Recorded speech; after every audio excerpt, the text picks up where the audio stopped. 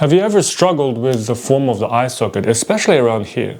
I think the confusion is caused by layers of anatomy starting from the bones and then muscles on top, not to mention fat deposits and the skin. Our job is of course to simplify this area and try to find big plane changes. But it really helps to ignore the muscles and everything on top for now and first get the bones right. And the important bone here is the zygomatic bone. Pay attention to how these planes are changing. From the eye socket, pay attention to the side plane of the nose, into an underplane, then wrapping around. But here is the crucial upwards facing plane. A lot of people get stuck here wondering what's happening. Is there an attachment or a smaller bone? It's the same piece, it just has a very organic change of form and this plane just happens to be pointing upwards. But even more importantly, don't forget, individual bones, just like the entire head, can be simplified in terms of form and structure. So when you look at this area, don't forget, no matter how thin a piece of bone is, it still has a thickness to it, which means the depth are these thin planes facing the front.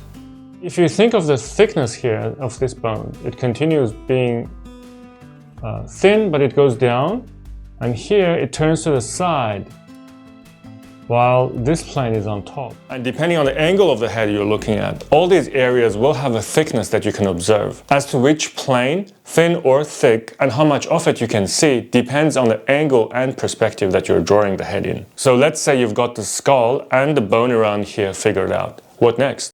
We now need to consider the upper layers of anatomy and how they change the surface form, again in terms of the planes and structure. If you treat your bones, muscles, skin and fat as components, then every component can be simplified into simple geometric forms with planes, and you simply put them together to construct the head. For this specific area, on top of the zygomatic bone, we have the orbicularis oculi muscle wrapping around the eye socket, the eyeball, extending to the brow area. And that's what's softening our underlying rigid bone structure to create this almost cylindrical attachment to the sides above the eye.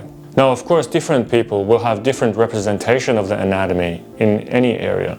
Muscle, skin, fat, even the age of the person plays a major role in this. That's why you see so many different kinds of the brow area. Some of them, the muscles, fat and skin are overlapping and covering most of the eyeball. The eyelids then fold into it. So that's why for some people you see barely any of the upper eyelid towards the corners. Going back to the bone zygomatic for just a second, it's very important that we don't only pay attention to these small plane changes, but overall what's happening to the zygomatic bone is very interesting. At first, it's on the front, facing the front with your face, but then it turns to the side.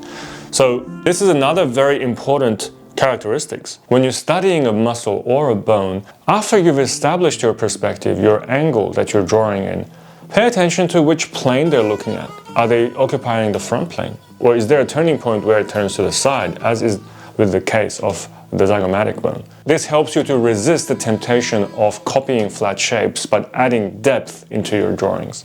Over time, you can apply this to bigger body parts, like the leg, for example. It's a collective, again, of muscles, bones, fat, skin, and of course tendons and veins and everything else.